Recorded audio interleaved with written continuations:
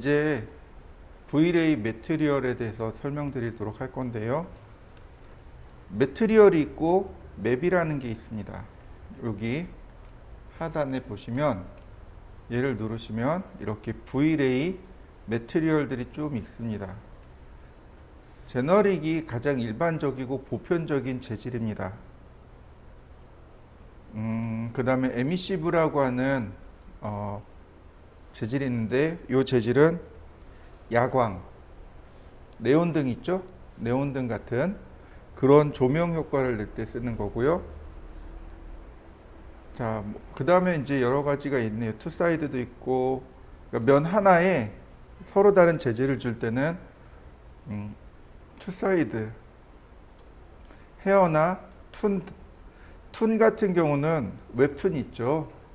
네, 그럴 때 툰 렌더를 쓸 때 쓰는 거고요. 뭐 그러니까 하나 오브젝트에 여러 개의 재질을 넣을 때 멀티 머티리얼을 쓰고 오버리드라는 머티리얼도 우리가 씁니다. 그래서 이 중에 여기 제너릭하고 가장 기본인 제너릭하고 여기는 에미시브하고 여기는 오버리드 이렇게 세 가지에 대해서 좀 알아보도록 하겠습니다.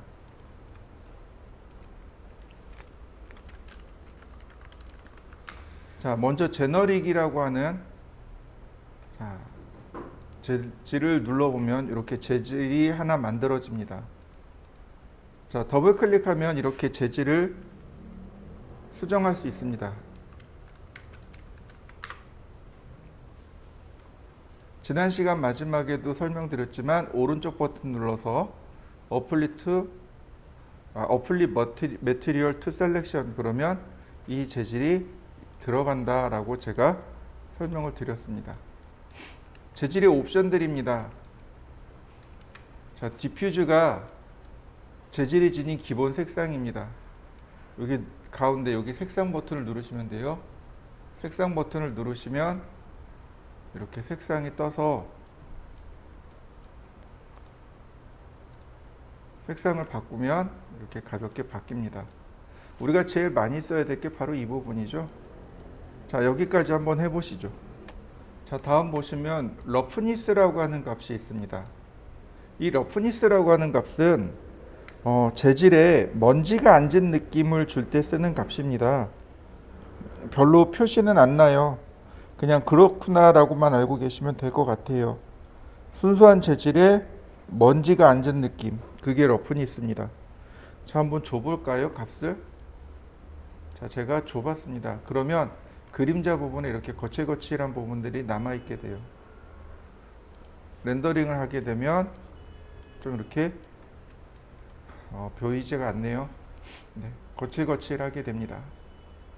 자, 그리고 이 재질 있죠. 여기가 프리뷰입니다. 미리 보기인데 오른쪽 여기 버튼이 있습니다. 여기 버튼을 눌러 보시면 이 재질의 모양을 내가 임의적으로 바꿀 수 있습니다. 패브릭을 누르면 이렇게 천의 모양으로, 플로어를 누르면 이렇게 바닥 모양으로, 그라운드는 땅 지표면이죠. 이렇게 지표면의 모양으로. 그 다음 스케이팅 이런 저기 재질이고요. 그 다음에 월은 벽이죠. 벽면. 그 다음 벽면 클로즈업 한 거죠. 이렇게 여러 가지 모양, 하나의 재질로 이렇게 동그란 모양으로 들어가는 게 아니잖아요. 그러니까 여러 가지 형태의 모양, 가장 최적화된 형태의 모양으로 재질을 보라고 이렇게 놓은 겁니다. 자, 한번 해보시죠. 자, 제가 이렇게 하나 만들고 이 위에다가 이렇게 푸시앤풀로 재질들을 조금 만들어 봤습니다. 여러분들도 한번 만들어 보시죠.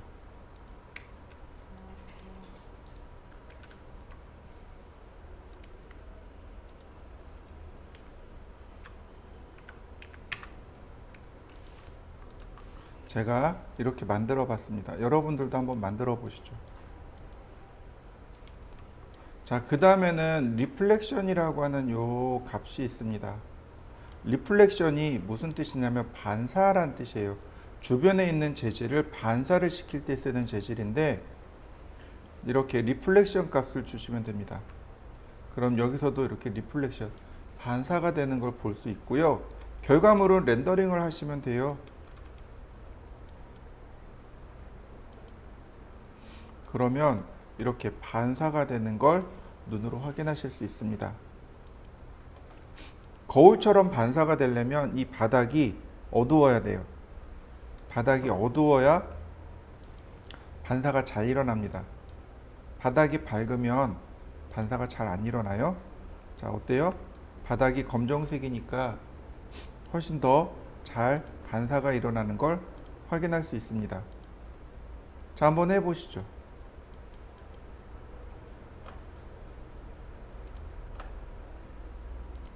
자, 그리고 그 아래 리플렉션 글루스니스, 즉 반사에 대한 뭐라 그래야 되나?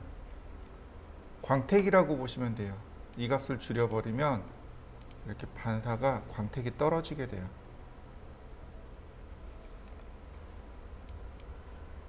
어떤 재질은 이렇게 반사가 완전히 되는 게 아니고 광택이 떨어진 상태로 반사가 되는 것들이 있죠. 네, 그럴 때 쓰시면 돼요. 한번 해보시죠. 여기 프레넬이라는 값이 있습니다. 유즈 프레넬이라고 되어 있는데 프랑스 사람입니다. 프레넬이라는 사람이 개발한 거고 여기 프레넬 개수가 있어요.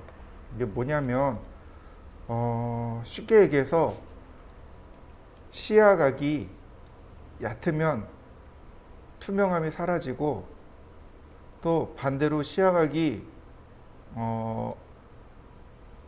뭐라 그러지? 시야각이 얕으면 반사가 돼 버리는 것. 시야각이 높으면 투명하게 되고 이걸 프레넬 효과라고 하는데 그러니까 호수에 가서 이렇게 보면 이렇게 가까운 데는 물이 바닥이 보이죠. 근데 멀리 있는 부분은 반사가 돼 버리죠. 이걸 프레넬 효과라고 합니다. 그 프레넬 효과, 그 반사를 주겠다는 얘기예요. 그래서 가까운 데를 보면 이렇게 가까이, 시야각이 가까우면 이렇게요. 자, 시야각이 이렇게 얕으면 반사가 잘 안 일어나고 높으면 반사가 더 잘 일어나는 이런 효과를 주는 거고 거기에 대한 개수입니다. 모르겠어요. 저는 얘를 안 써요. 굳이 얘까지 써가지고 어렵게 할 생각은 없어요. 근데 다만 이렇게 반사가 들어갈 때 그 화각에 따라서 반사도를 바꾸어 줄 수 있다라고 보시면 되겠고요. 이 맥시멈 뎁스라고 하는 건 이거예요. 서로 반사가 이 두 개의 재질이 반사 재질이에요. 그럼 서로 둘이 반사 이렇게 일어나겠죠. 거울 두 개를 놓고 중간에 들어가면 무한 반사가 일어나잖아요. 근데 만약에 그렇게 됐을 때 어떻게 할 거냐 이거죠. 무한 반사가 들어갔을 때 무한대로 계산할 건 아니잖아요. 근데 여기 나와 있는 대로 5번만 계산하고 탈출하세요. 이런 얘기입니다. 탈출할 때 6번째 반사는 이렇게 새까만 색을 줍니다. 그리고 탈출하세요. 이런 얘기예요. 근데 무한 반사까지는 거의 들어간 적이 없어요. 우리가 이렇게 바라보더라도 무한 반사가 안 나와요. 보통 한 2번에서 3번이면 다 끝나요. 무한 반사가 언제 들어가요? 내가 거울 중간에 들어가 있을 때 무한 반사가 나죠? 그렇지 않고는 반사가 1번 내지 2번이면 다 끝나요. 자, 그 다음 여기 나와 있는 리프렉션. 가만히 읽어보세요. 스펠링이 똑같아요. 두 글자가 달라요. FLECTION, 플렉션. FRACTION, 프랙션. 그놈이나 발음 차이는 똑같다고 봐요. 근데 위에 있는 건 반사고 아래에 있는 건 굴절입니다. 굴절이란 뜻이에요. 빛이 어떤 사물을 투과할 때 굴절을 해요. 그러니까 다시 말하면 이 굴절 효과가 들어간다는 얘기는 사물이 투명하다는 뜻입니다. 사물이 투명하지 않으면 굴절 효과가 안 일어나겠죠. 자, 하나 더 만들어 보죠. 얘는 굴절이라고 해보죠.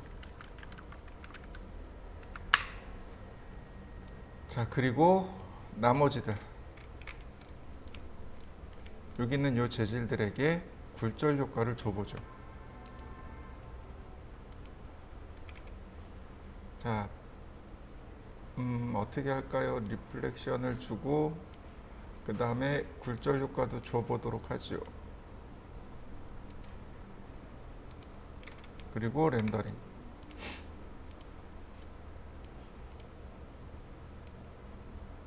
굴절 들어간 거 보이시나요? 이렇게 막 뒤에 이렇게 굴절돼서 나오는 거 보이시나요? 자, 한번 해보시죠. 이거 반사하고 반사 재질하고 굴절 재질 동시에 주시면 돼요. 그러면 이렇게 굴절 효과가 들어가게 됩니다. 한번 해보시죠. 그 다음에 또 보시면 뭐 포그 칼라 굴절될 때 너무 이렇게 굴절이 심하면 제대로 굴절이 안 일어나겠죠. 투명도가 안 일어나겠죠. 네. 그 다음에 포그 칼라의 멀티플러 세기. 자, 렌더링은 걸면 조금 더 투명한, 맑고 투명한 이런 형태의 굴절을 얻어낼 수 있습니다. 자, 한번 해보시죠. 이거는 값을 넣어 보시는 게 좋을 것 같아요.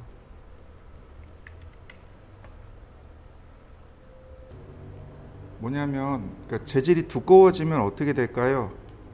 투명한 재질인데 두꺼우면 어떻게 될까요? 온전한 투명이 일어날까요? 안 일어나겠죠. 네, 그게 이제 포그 칼라예요. 점점 흐려진단 말이죠. 완벽한 투명이 안 되고 약간 뿌연 투명이 돼 버려요. 그 투명도를 조절하는 게 바로 포그 칼라입니다. 그리고 이제 포그 칼라 그러니까 포그 멀티플러는 포그 칼라의 농도예요. 강도를 얼마나 세게 줄 것이냐 그 얘기입니다. 근데 보통은 1 이상은 권장하진 않아요. 그러니까 그냥 두셔도 좋을 것 같습니다. 그 다음에 IOR 값이 있네요. 굴절 값입니다. 재질의 굴절률. 그러니까 이게 이 값이 1이면은 이 IOR 값이 1이면은 재질은 굴절하지 않습니다. 그냥 쭉 투과돼요. 1.6이 유리의 굴절률입니다. 유리의 굴절률. 무슨 얘기인지 이해되시죠? 네. 1.6이 유리에 대한 굴절률입니다. 이런 값들이 조금 있어요. 그래서 보통은 그냥 유리의 굴절, 우리가 제일 많이 쓰는 게 유리니까 그냥 냅두는 겁니다. 근데 만약에 내가 굴절률을 좀 떨어뜨리고 싶어요. 그러면 1로, 뭐 1. 예를 들어 1로 놨어요. 그럼 굴절률이 낮아지기 때문에 이렇게 뒤에 굴절이 조금 달라지게 됩니다. 만약에 내가 굴절률을 조금 더 주고 싶어요. 그럼 2.4. 그러면 굴절률 자체가 달라지게 됩니다. 이렇게. 요 위에 이렇게 굴절되는 값이 달라지는 거 보이시죠? 한번 해보세요. 저처럼 이렇게 부분 렌더, 이렇게 영역을 지정해서 부분 렌더 해보세요. 그럼 여기만 값을 확인해서 보실 수 있을 겁니다. 여기 주전자에 사각형이 있어요. 얘 누르시고 드래그 해보세요. 그 다음에 굴절률을 낮추고 렌더 버튼을 누르시면 됩니다. 그러면 여기만 렌더링이에요. 지금 IOR 값을 1로 놨어요. 굴절 하나도 없이 그냥 깨끗하게 투명으로 바뀌어 버린 거 보이실 겁니다. 1.1일 때 그러면 이렇게 굴절이 들어가게 돼요. 자, 한번 해보시죠. 그 다음에 보시면 글루스니스가 있습니다. 아까도 여기 똑같이 여기 리플렉션 글루스니스 있었죠? 이 값을 주면 어떻게 된다고요? 반사가 뿌옇게 흐려진다 그랬어요. 그죠? 마찬가지로 굴절을 얘가 온전하게 안 하고 약간 뿌옇게 흐려뜨려 버리는. 그래서 이 값을 좀 낮춰 볼까요? 한 0.78로. 그러면 굴절이 이렇게 뿌옇게 투명하게, 그러니까 불투명하게 되는 거죠.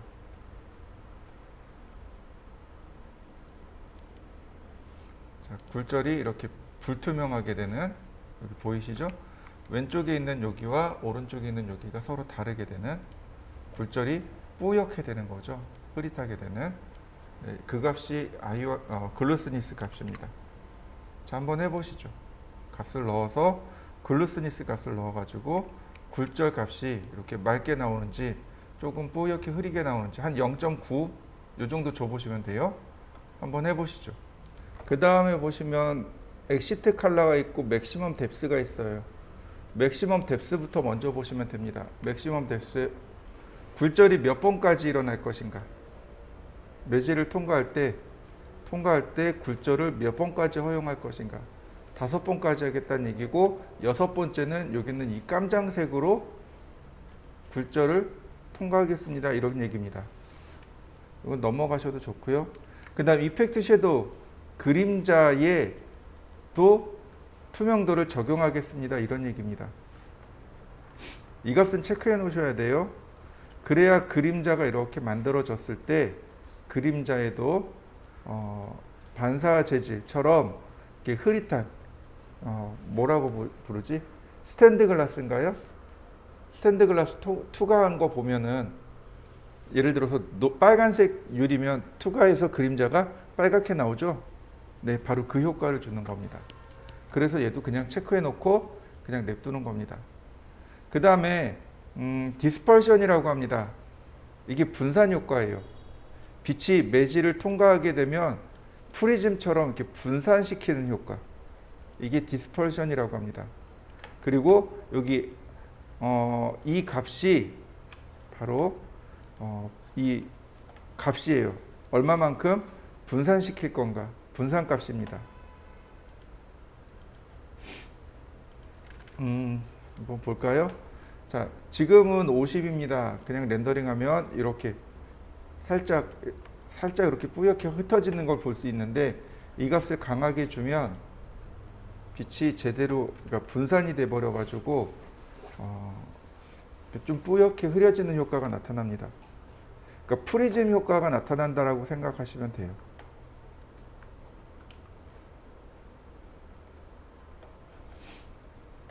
자, 이 값이 작으면 또 다른 방법으로 이렇게 프리즘이 만들어지겠죠. 프리즘 효과입니다. 여기 보시면 여기 프리즘 효과 나오는 거 보이시나요? 이렇게 빛이 분산이 되면서 프리즘 효과가 나타납니다. 원래 정반사, 그러니까 굴절에는 이렇게 프리즘 효과가 없는데, 이 디스펄션하고 그 아벨 값을 조절하면 이렇게 프리즘 효과가 나타납니다.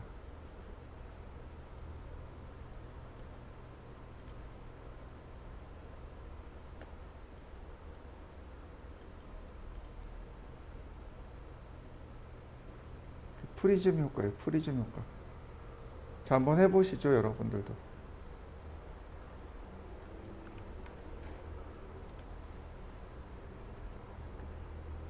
값을 1로 낮춰보세요. 그러면 확연히 효과가 날 겁니다. 이렇게 끄고 렌더링하면 이렇게 프리즘 효과가 사라집니다. 그 다음에 이제 트랜슐런스라고 하는 값이 있습니다. 트랜슐런스.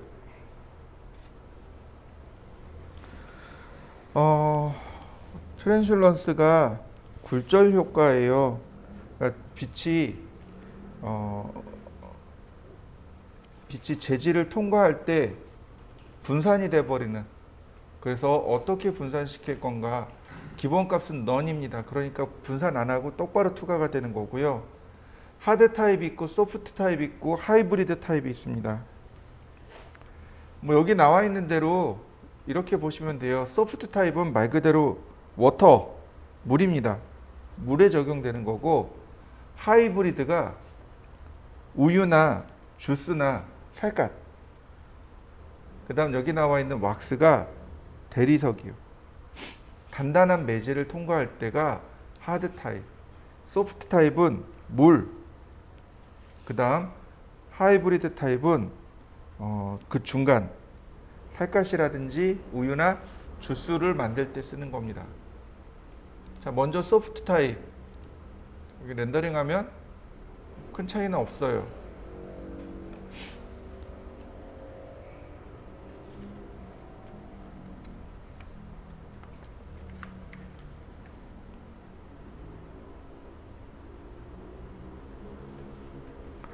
자, 이때 스캐터가 뭐냐면 산란하다라는 뜻입니다. 제가 값을 많이 줘보죠. 다시 렌더. 효과가 있나요? 별반 차이 없어 보이는데. 자, 뭐 하드 타입 아니 하이브리드 타입으로 넘어가 볼까요? 별반 차이 없어 보이는데요.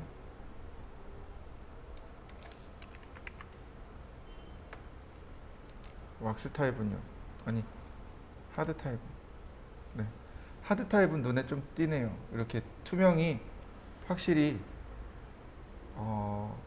투명이 좀 막혔다라는 느낌이 나네요. 근데 소프트 타입, 그러니까 하이브리드 타입은 별로 효과가 안 나오네요.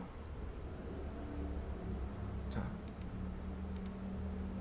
한번 해보시죠. 그러니까 하드 타입하고 소프트 타입하고 두 가지만 한번 해보시죠. 그 다음에 보시면 BRDF라는 값이 나옵니다. 얘가 마이크로 포spek트, 자, GTR이라고 하는 값으로 되어 있는데요. 그게 뭐냐면 조명이 있으면 조명이 이렇게 하이라이트 되는 현상이 나타납니다. 빛이 반사되면서 이렇게 하이라이트 되는 요 무늬, 요 모양을 조절하는 거예요. 소프트는 요 모양을 얼마나 부드럽게 할 거냐, 아니면 그 경계를 딱딱하게 할 거냐, 딱 끊어지게 만들 거냐, 그 얘기예요. 그리고 여기 엔소트로픽은 뭐냐면 모양이 이렇게 동그랗게 나오는 것도 있지만 이렇게 뾰족하게 나올 수도 있어요. 그 얘기입니다. 이렇게 뾰족하게 나올 건지 아니면 이런 식으로 나오게 할 건지 방향입니다. 그리고 이거에 대해서 방향을 돌려줄 수 있어요. 지금 이제 해보려고 해봤는데 이렇게 재질에 이런 질감이 잘 안 들어가네요.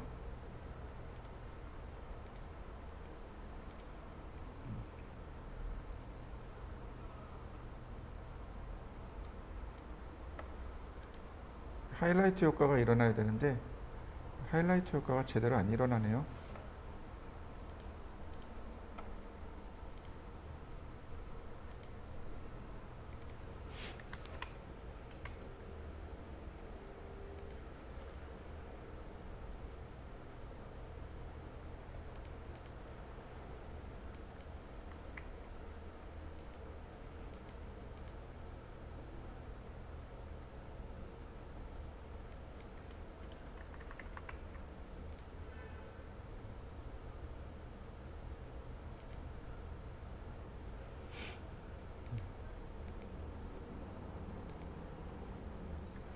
밝아서 그런지 효과가 제대로 안 나오네요.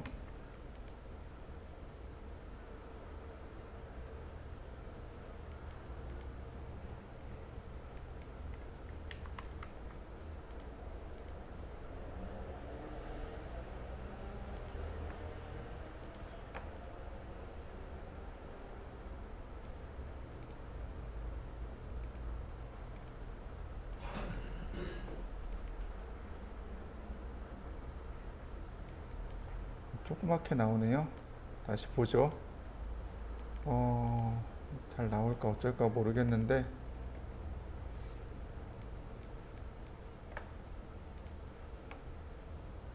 완전 흩어져 버렸네요. 아닌데 여기 나와 있는데 여기 태양이 조그맣게 나와 있는데요. 네, 지금 요만큼 여기 요만큼 나오네요. 크기가 없네요. 태양이 멀어서일까요? 조그맣게 나오네요. 네, 여러 가지 스타일은 있어요. 이런 스타일들을 이용해서 작업을 하는데 글쎄요. 여기 굳이 값을 안 바꾸셔도 괜찮을 것 같습니다. 소프트는 부드럽게 처리하는 걸 말하고 엔소트로픽은 이렇게 세로 모양으로 혹은 이렇게 가로 모양으로 만들어주는 거라고 보시면 되겠습니다. 자, 다음 넘어가죠. 자, 오파시티라는 값이 나오네요. 이 오파시티도 투명, 불투명에 대한 이야기입니다.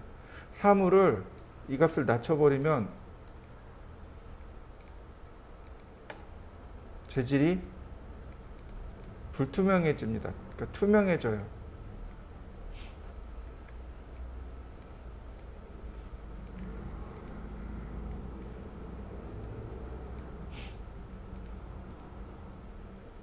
이렇게 여기 지금 재질이 투명해지는 거 보이시나요? 더 낮춰볼까요? 오파시티 값을 낮추면 이렇게 재질이 투명해집니다. 이렇게 재질이 투명해집니다. 한번 해보시죠. 자, 그 다음에 보시면 레이어 옵션이라는 게 나옵니다. 옵션이에요. 트레이스 리플렉션이라고 하는 값이 있습니다. 아까 얘기했던 이 하이라이트를 추적하는 건데, 만약에 이걸 빼버리면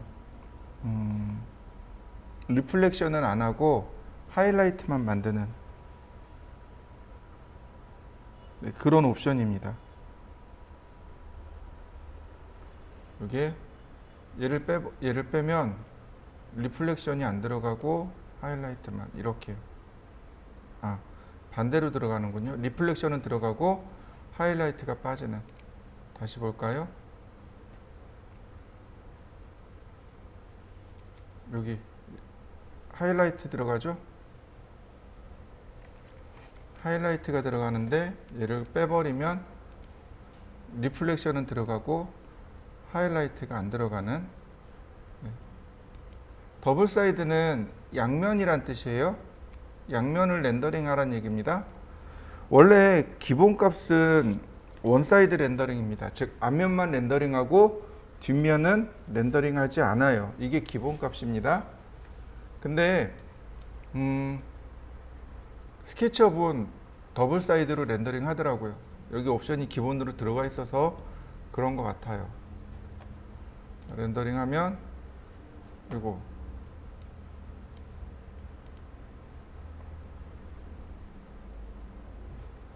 이렇게 지금 안 나오죠? 다시 볼까요? 네.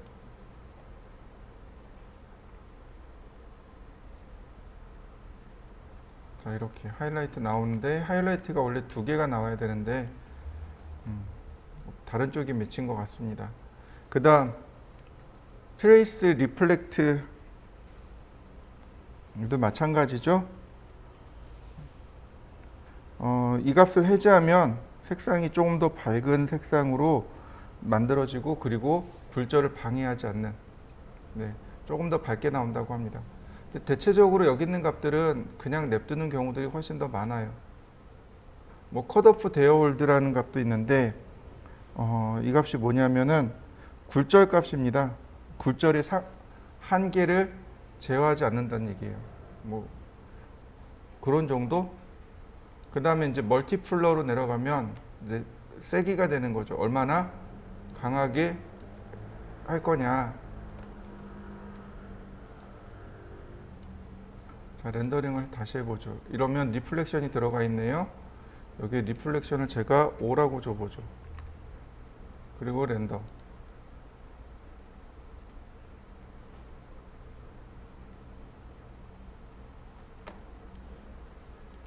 리플렉션이 조금 더 세게 들어가겠죠.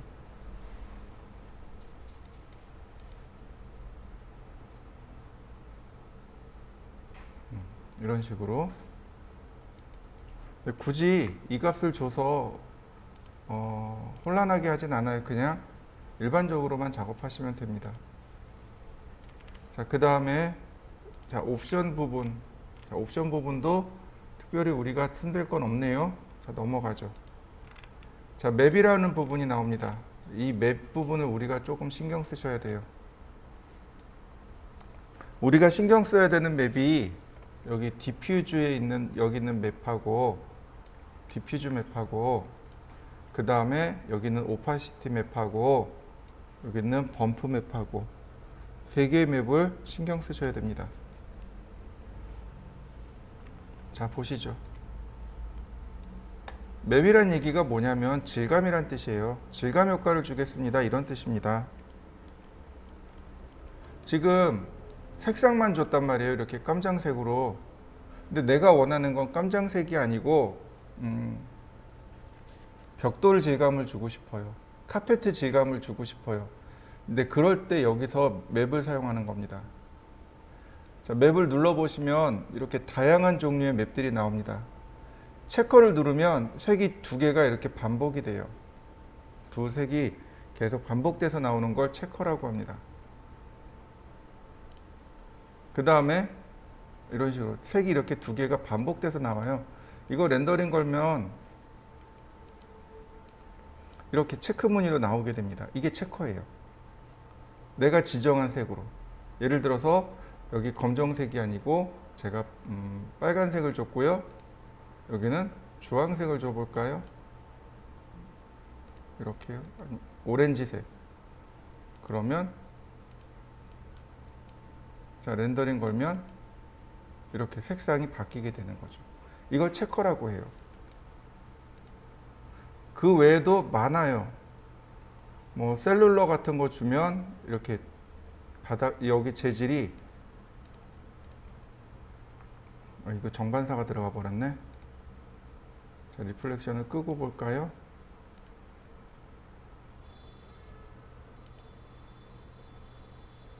자, 이 부분만 봅시다. 이 부분만. 오,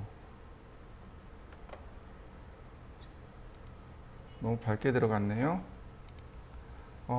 그 다음에 뭐 조금만 내려가면 뭐 마블이라는 효과도 있어요. 이렇게 대리석 효과 줄 때 쓰는 건데 거의 들어간 것처럼 안 들어간 것처럼 나오네요. 다시요. 질감이 들어간 거 보이시나요? 이렇게 대리석 질감 들어간 거. 이렇게 질감 효과를 주는 겁니다. 맵이라는 건 질감 효과예요. 하늘 질감, 뭐 스모크, 연기 질감, 그 다음에 뭐 워터, 물 질감 이런 식으로 주는데 우리가 쓰는 건 바로 비트맵입니다.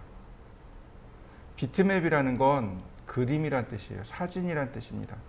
내가 사진을 불러다가 그 효과를 만들어내는 걸 비트맵이라고 합니다. 자, 보시죠. 제가 무늬모 을 불러왔습니다. 사진이죠. 이렇게 사진을 불러오면 사진처럼 들어가게 돼요. 이렇게 사진 질감이 들어가게 됩니다. 그래서 렌더링을 하게 되면 사진처럼 나오게 돼요. 밝은 이유가 이렇게요. 사진 질감 들어간 거 보이시죠? 이렇게. 이게 비트맵입니다. 우리가 제일 많이 쓰고 반드시 알아야 될 질감이 바로 얘예요. 자, 한번 해보시죠. 누르신 다음에 여기 비트맵을 선택합니다. 그러면 여기 이미지를 가져올 수 있어요. 이렇게 이미지를 불러다가 지정해 주시면 됩니다.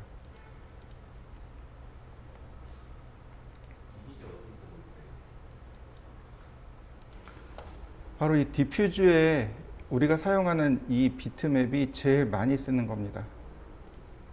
이게 제일 많이 쓰는 거예요. 이렇게 맵을 불러다가 지정하는 것.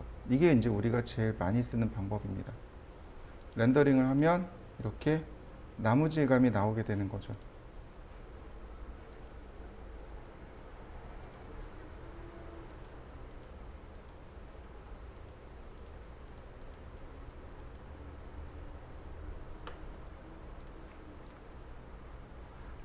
자, 그 다음에 이제 오파시티라는 맵을 조금 써요.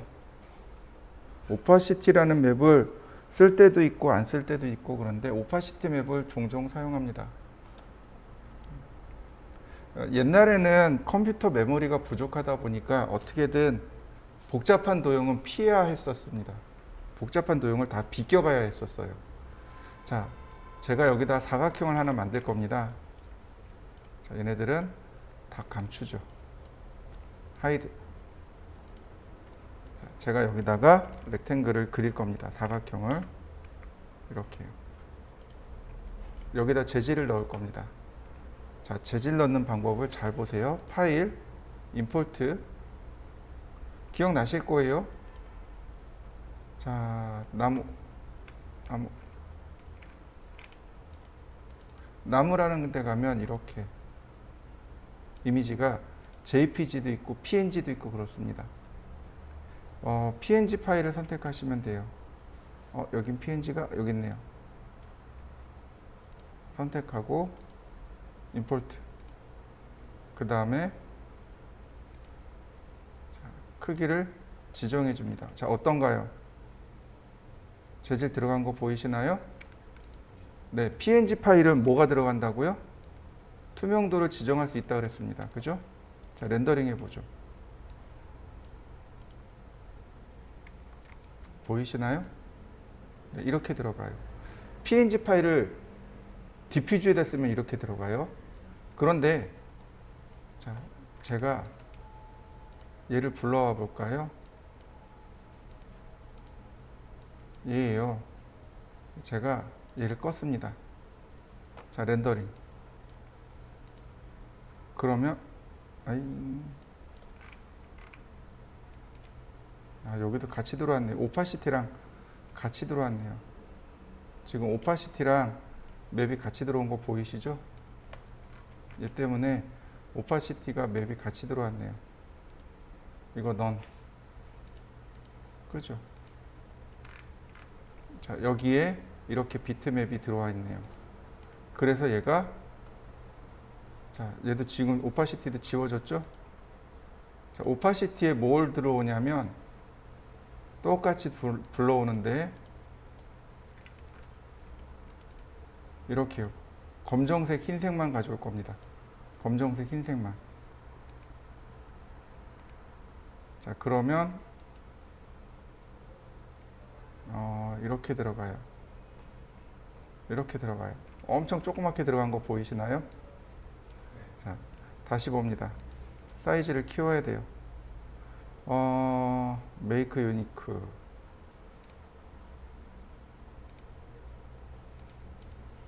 그 다음 텍스처. 네. 다시 렌더링.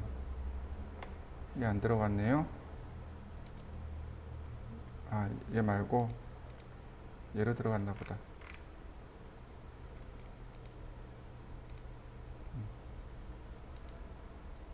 비트맵.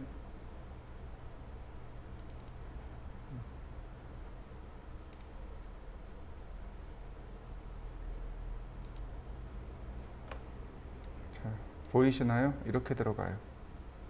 내가 불러드린 이미지에 검정색은 사물을 투명하게 만들고 흰색은 사물을 불투명하게 만듭니다. 이게 오파시티 맵의 특징이에요. 제가 아까 중간에 외부에서 맵을 불러와서 그래요. 그냥 여러분들은 다이렉트로 주세요. 다이렉트로 오파시티 맵에서 이 이미지를 불러다가 다이렉트로 줘보세요. 그러면 오브젝트가 이렇게 나오는데 여기 그림자 부분도 보세요. 그림자도 적용된 거 보이시나요? 나무, 사람, 자동차. 모델링하기 어렵죠? 용량도 많이 차지해요. 그러니까 이렇게 만듭니다. 그냥 평면을 그린 다음에 여기다가 맵을 씌우는 거예요. 그러면 얘만 씌우는 게 아니고 누구랑 같이 씌워요? 여기는 디퓨즈 컬러에 얘가 지금 같이 들어와 있는데 얘를 같이 주는 겁니다. 이런 식으로. 디퓨즈 컬러에는 맵이 들어가고 오파시티에는 이렇게 검정색과 흰색만 들어가게 됩니다. 그리고 렌더링을 하면 이렇게 나무가 서 있는 것처럼 보이게 되는 거죠. 일종의 눈속임이라고 보시면 돼요. 이게 오파시티 맵의 특징입니다. 그러니까 디퓨즈 맵에는 정상적인 맵이 들어가는 거고 오파시티 맵에는 흰색 또는 검정색만 들어가게 되는 겁니다. 그래서 마치 나무가 서 있는 것처럼 이렇게 합니다. 한번 해보시죠. 자, 역시 이번엔 디퓨즈 맵에다가 제가 비트맵을 이용해서 무엇을 불러올 거냐면 벽돌 이미지를 하나 불러올 겁니다. 보시면 여기 두 개 이미지 있는 거 보이시나요? 벽돌 폴더에 가면 이렇게 두 개가 있습니다. 벽돌 이미지를 제가 이렇게 불러왔고요. 그러면 이와 같이 벽돌 느낌의 모양이 날 겁니다. 근데 조금 하나 아쉬운 거는 사진이기 때문에 그냥 밋밋하다는 거죠. 요철이 있었으면 좋겠어요. 자, 범프맵이 바로 요철입니다. 오늘 체크하고 비트맵을 이용해서 가져오는데 이번엔 검정색과 하얀색만 있는 이미지를 가져오시면 됩니다. 자, 그냥 일단 가져온 상태에서 렌더링을 해보죠. 그러면 이렇게 요철 있는 느낌이 나게 됩니다. 범프라는 건 요즘 말로 엠보스 기능입니다. 올록볼록한 요철 느낌이 나게 하는 엠보스 기능을 범프라고 해요. 그래서 멀티플러를 이용해서 범프의 세기를 조절할 수 있습니다. 이게 너무 세면은 요철 값이 별로 좋지 않아요. 별로 좋지 않습니다. 엠보스 느낌이, 그러니까 범프 느낌이 너무 강하면 좋지 않아요. 그래서 1보다 넘기지 않게 하시고요. 0.5 정도로 줘볼까요? 그러면 대략 이 정도의 요철감 있는 느낌이 만들어지게 됩니다. 자, 한번 해보시죠. 자, 다음은 제가 여기다가 이렇게 사각형을 원을 하나 그리고 푸시앤풀로 이렇게 돌출을 해봤습니다. 그리고 선라이트를 좀 끄도록 하죠.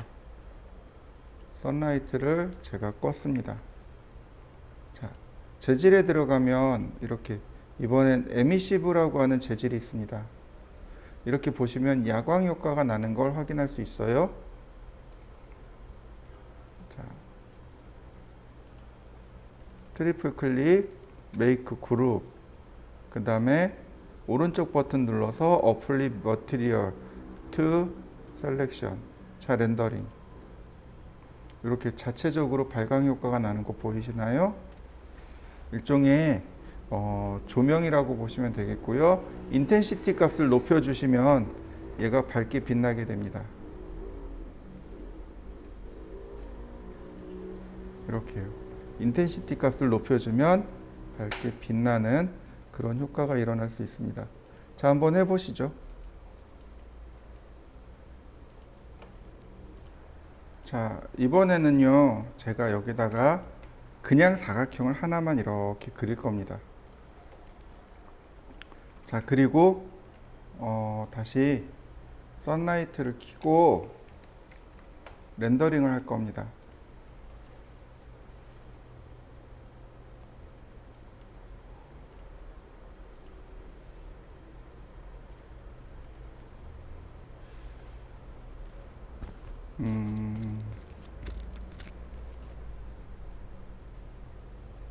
제대로 안 들어간 것 같은데, 자, 계속 봅니다. 그리고 여기 바닥 재질에 맵을 제가 뺄 거고요. 색상은 네, 그대로 이렇게 분홍색을 그대로 줄 겁니다. 그리고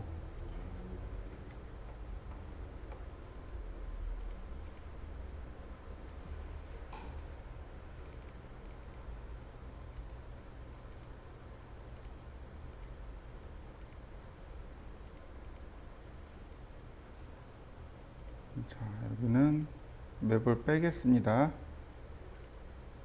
자, 다시 렌더링. 알아? 효과가 안 나네. 이게 현재 색상에 의해서 이렇게 주변이 물드는 일들이 자주 있어요. 너무 세서 그럴까요? 자, 다시 보겠습니다. 반대편으로 보면 좀 나을까? 네, 여기 보시면 빛이 이렇게 물듭니다. 빛이 너무 세서 그런데 여기 물드는 현상 보이시나요? 네, 이렇게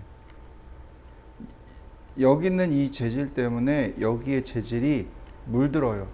이런 물드는 현상들을 없애기 위해서 만들어 놓은 게 오버리드 머티리얼입니다.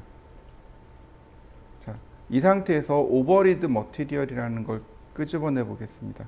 오버리드 그러면 베이스 머티리얼 기준이 되는 재질입니다. 눌러보면 우리가 만들었던 재질이 이렇게 나와요. 그 다음 리플렉트 GI 매티리얼 반사되는 재질을 말합니다. 어떤 걸 반사시킬 거냐 이거죠. 자, 일반 재질을 하나 만들어 보죠. 제가 GI 재질이라고 했습니다. 그러면 여기다 색상을 뭘로 해볼까요? 눈에 잘 띄게 제가 파란색으로 해보죠. 자, 눈에 잘 띄게 파란색 질감을 주었습니다. 그리고 다시 들어가죠. 오버리드에 바로 여기다가 GI 재질을 주고, 그리고 이 재질을 누구한테 주냐면 이 바닥에다 주는 겁니다. 이 바닥에다가 재질을 주었습니다. 자, 다시 한번 렌더링. 제대로 들어갔을까요?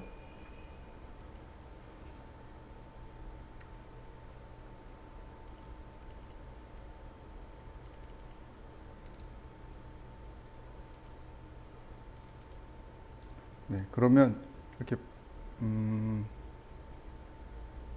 이 부분만 확인해 보면 될 텐데요.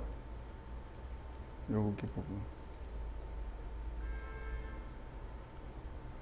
자, 이렇게 파랗게 물드는 거 보이시나요? 다시 볼까요? 파랗게 물든 거 보이시나요? 네, GI에서 여기 색상을 제가 흰색으로 바꿔놨습니다. 그러면 이렇게 하얀색으로 그냥 나오겠죠. 그럼 얘가 반사돼서 물들지 않겠죠. 이게 오버리드 매티리얼입니다. 우리가 종종 사용해요. 얘는 잘 사용합니다. 렌더링을 했는데 주변에 색상이 이렇게 물들어요. 그러면 오버리드 매티리얼을 쓸 수밖에 없습니다. 자, 한번 해보시죠. 자, 이번에는요 렌더 옵션으로 넘어가겠습니다. 여기 렌더 옵션이요.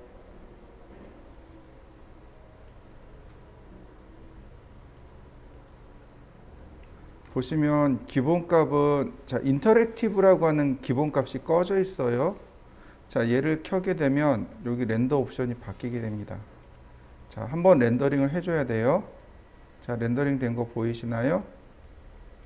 근데 중요한 거는 이거예요. 피니시가 안 돼요. 얘가 안 꺼져요. 왜 그러냐면 제가 이렇게 방향을 바꾸면 어떻게 되나요? 렌더링이 계속 같이 바뀌는 거 보이시나요? 이게 인터랙티브 렌더링입니다. 추천하지는 않아요. 왜요? 메모리 너무 많이 차지해요. 메모리를 이루 말할 수 없이 차지합니다. 그래서 안 써요. 여기 스탑 버튼 누르시면 되고요. 인터랙티브를 끕니다. 자, 한번 해보시죠. 그 다음에 프로그레시브 렌더입니다. 무슨 얘기냐면 이렇게 렌더링을 할 때 순차적으로 이렇게 렌더링을 해줘요. 처음에는 장면을 렌더링하고 그 다음 조도를 계산하고 그림자를 계산하고, 이때 GPU 악셀레이터를 누르면, GPU가 뭐냐면 그래픽 프로세서예요. 그럼 조금 더 빨라집니다. 원체 우리가 작은 거 쓰니까 빠르나 안 빠르나 잘 모를 거예요.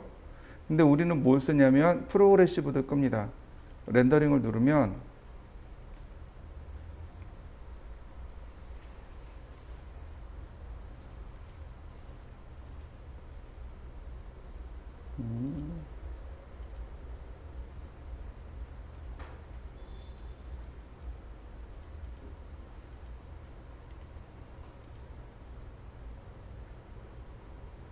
이렇게 버킷 렌더가 됩니다. 버킷 렌더가 들어가요. 그래서 요건 뭐냐면 이렇게 중간중간에 요거 네모난 걸 버킷이라고 하고, 요만큼만 조도를 계산하면서 렌더링 합니다. 이게 프로그레시브를 끄면 이런 현상이 나와요. 일단 전체적으로 계산하고 그 다음 영역을 쫓아다니면서 이렇게 나머지 상세하게 작업하게 됩니다. 한번 해보시죠. 그 다음에 보시면 퀄리티라고 하는 항목이 있습니다. 우리가 여기 신경 써야 될 건 바로 이 퀄리티라는 항목이에요. 품질입니다. 이미지의 품질인데 얘가 렌더링 타임하고도 많이 관련이 있고요. 자, 보시면 옆 오른쪽에 보시면 여기 레이트레이스라는 항목하고 글로벌 일루미네이션이라는 항목과 함께 연결이 되어 있습니다. 원래 이 옵션을 같이 써야 돼요. 근데 초보자들이 쓰기엔 너무 어렵거든요. 그래서 샘플을 미리 만들어 놓은 겁니다. 여기 나온 이미지의 품질을 드래프트, 거칠게 해주세요. 로우, 낮은 품질로 해주세요. 미디움, 중간 품질로 해주세요. 하이, 아주 높은 품질로 해주세요. 베리 하이, 아주 좋은 품질로 해주세요. 이렇게요. 그러면 이 값을 움직이게 되면 여기 있는 값들이 같이 움직이는 걸 확인할 수 있습니다. 그죠? 그래서 지금 보시는 게 미디움이고요. 예를 들어서 드래프트로 놨습니다. 그러면 이렇게 많이 거칠어요. 이렇게 거칠어요. 조도를 전부 다 계산하지 않습니다. 베리 하이로 놓으면 이걸 다 일일이 계산해요. 그러니까 어떤 일이 발생해요? 렌더링 시간이 늦어져요. 만약에 내가 이거를 인쇄용으로 이걸 인쇄하기 위해서 최종 렌더링을 하겠다 그러면 하이로 놓는 게 맞습니다. 근데 그렇지 않다면요. 그냥 미디움이나 로우로 놓는 것이 맞아요. 적당히 보는 거죠. 이렇게. 품질 차이가 확실히 날 겁니다. 자, 한번 해보시죠. 자, 그래서 중요한 건 이 퀄리티를 어떻게 쓰느냐면 보통은 미디움을 놓고 쓰고요. 나중에 여기 노이즈 리미트 있죠. 이 노이즈 리미트 값을 싹 바꾸는 겁니다. 이 값을 자 보시면 이렇게 움직여 보시면 주로 움직이는 값들이 보이죠. 여기 있는 노이즈 리미트라든지 맥시멈 서브 디비전, 그 다음에 서브 디비전, 레이트레이스 이렇게 네 가지 값이 움직인단 말이죠. 이 값을 일부만 바꾸는 겁니다. 여기 노이즈 리미트를 0.05에서 0.02나 0.1까지 내려버리는 겁니다. 그러면 퀄리티가 좋아져요. 조금 더 좋아집니다. 만약에 내가 정말 출력할 거야 라고 하면 이거를 베리 하이로 놓으시면 돼요. 우리는 연습용이니까 미디움. 자, 카메라라고 하는 부분이 있습니다. 카메라 렌더 아웃풋 카메라는 다음 시간에 하고요. 렌더 아웃풋까지만 할게요. 자, 렌더 아웃풋을 보시면 세이프 프레임이라는 항목이 있습니다. 안전한 구조잖아요. 지금 여기 보시면 틀 보이시나요? 이게 세이프 프레임입니다. 만약에 이 세이프 프레임을 끄게 되면 틀이 사라지게 돼요. 이렇게. 그러면 어디까지 렌더링 돼서 이미지로 저장되는지 여기 몰라요. 그래서 만들어진 게 세이프 프레임입니다. 이걸 체크해 놔야 아, 여기까지 렌더링 하는구나 라고 파악할 수 있는 겁니다. 그 다음 이미지 위드, 이미지 하이트.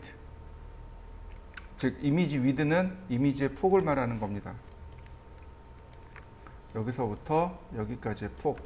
이미지 하이트는 여기서부터 여기까지 높이가 되는 거죠. 네. 이거는 아스펙트 레이소로 묶여 있습니다. 따로따로 풀어지지 않아요. 자, 커스텀을 놓으면 얘가 따로따로 풀어지겠죠. 1024에 여기 비율이 있으니까 조절이 가능하겠죠.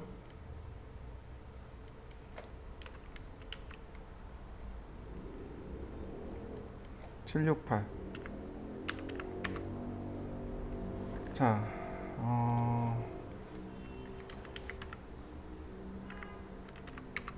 1.33이네요.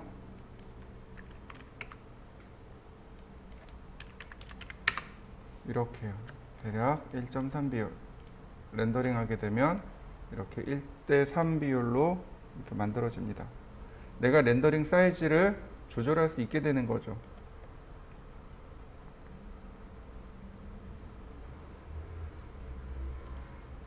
자, 16대 9 비율이나 혹은 뭐 1대1 비율, 4대 3 비율, 뭐 4대 5 비율 뭐 이런 식으로 조절이 가능해요. 이거는 한번 조절해 보시면 좋을 것 같습니다. 이거에 따라서 렌더링 이미지가 막 달라지겠죠.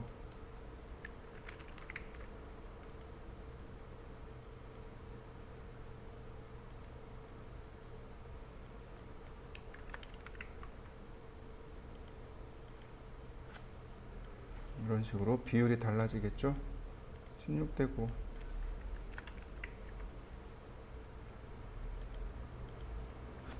그러면 이렇게 해상도가 바뀌게 됩니다.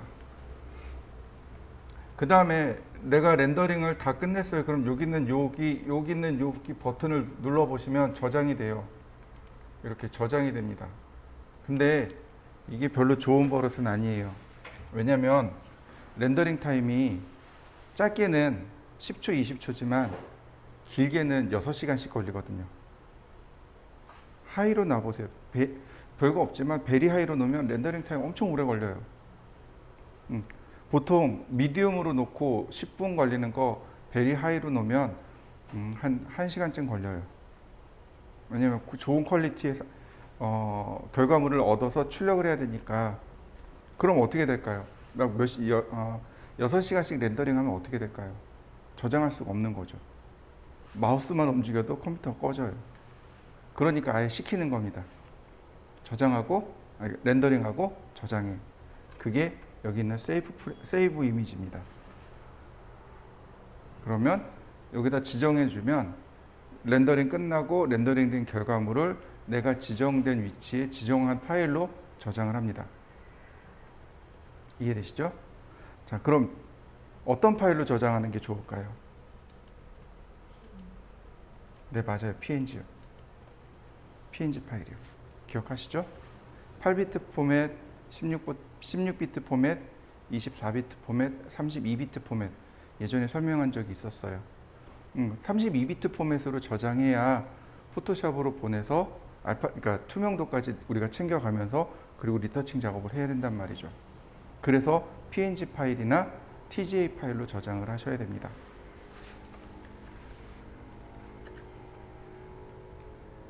세이브 이미지 누르고 눌러보시면 어떤 파일로 저장할 건지 여기 나오죠?